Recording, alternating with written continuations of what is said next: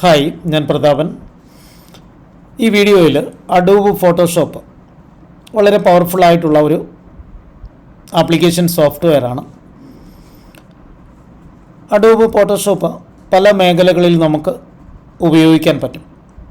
കൂടുതലായിട്ടും graphic designer എന്ന് പറയുന്ന ഒരു ജോബിൽ അവർക്ക് വേണ്ടുന്ന ഒരു പ്രധാനപ്പെട്ട ഒരു കമ്പ്യൂട്ടർ സോഫ്റ്റ്വെയറാണ് അഡോബ് ഫോട്ടോഷോപ്പ്. അഡോബ് ഫോട്ടോഷോപ്പിനകത്ത് നിരവധി ടൂൾസുകളും അതോടൊപ്പം തന്നെ നിരവധി കമാൻഡുകളും നമുക്ക് ഒരു ഫോട്ടോയെ പല രീതിയിൽ എഡിറ്റ് ചെയ്യാനും അതുപോലെ തന്നെ അതിനെ മോഡിഫൈ ചെയ്യാനുമാണ് ഈ ടൂൾസുകളിൽ ഓരോന്നും നമ്മൾക്ക് സഹായിക്കുന്നത്. വീഡിയോ ഇഷ്ടപ്പെട്ടാൽ ലൈക്ക് ചെയ്യാൻ മറക്കരുത്.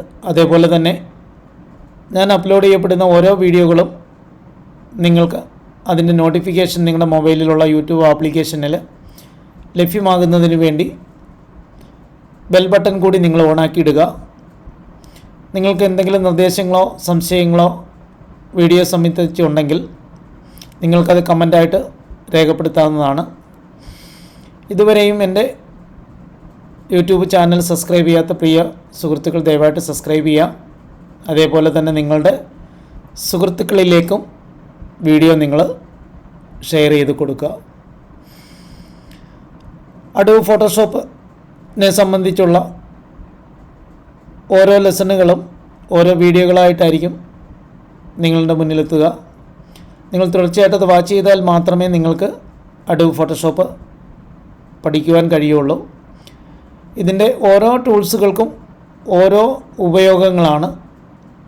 ചില ടൂൾസുകൾ നമ്മൾ സെലക്ട് ചെയ്യാനും ഓബ്ജക്റ്റിനെ മൂവ് ചെയ്യിപ്പിക്കുന്നതിനും അതേപോലെ തന്നെ പലതരത്തിലുള്ള എഡിറ്റിങ്ങിനും ആവശ്യമായിട്ടുള്ള ടൂൾസുകളാണ് നമുക്കിവിടെ ലഭ്യമായിരിക്കുന്നത്. ഒരു ഗ്രാഫിക് ഡിസൈനർ എന്ന് പറയുന്ന ജോബ് ചെയ്യുന്ന ഒരാളെ സംബന്ധിച്ച് വളരെയധികം ഉപയോഗപ്രദമായിട്ടുള്ള ഒരു കമ്പ്യൂട്ടർ സോഫ്റ്റ്വെയറാണ് അഡോബ് ഫോട്ടോഷോപ്പ്. അത് ഉപയോഗിക്കപ്പെടുന്ന കമ്പ്യൂട്ടറിനും ആ സോഫ്റ്റ്വെയർ പ്രവർത്തിക്കുന്നതിനാവശ്യമായിട്ടുള്ള മെമ്മറി ഉണ്ടെങ്കിൽ മാത്രമേ നമുക്കത് വളരെ എളുപ്പമാർഗ്ഗത്തിൽ പ്രവർത്തിക്കാൻ കഴിയുള്ളൂ. കൂടുതൽ മെമ്മറി ആവശ്യമുള്ള ഒരു കമ്പ്യൂട്ടർ ആപ്ലിക്കേഷനാണ് അഡോബ് ഫോട്ടോഷോപ്പ്.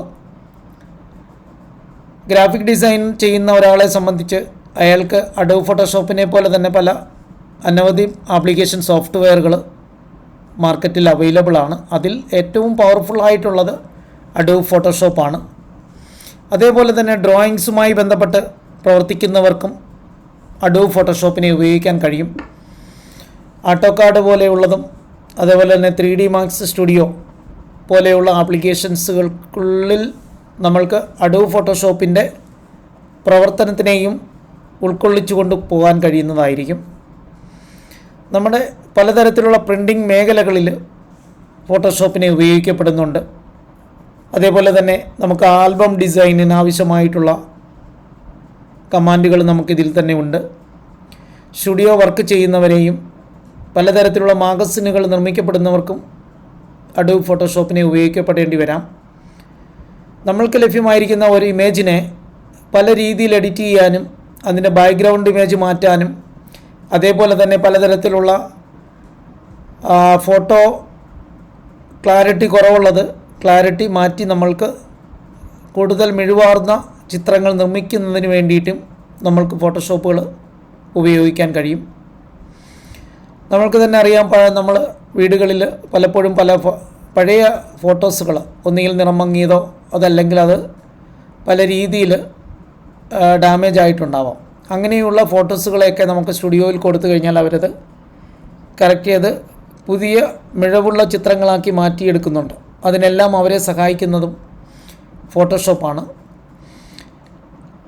അപ്പോൾ അടുത്ത വീഡിയോകളിൽ ഫോട്ടോഷോപ്പിനകത്തുള്ള ഓരോ ടൂൾസിനെ കുറിച്ച് സംബന്ധിച്ചും വിശദമായിട്ട്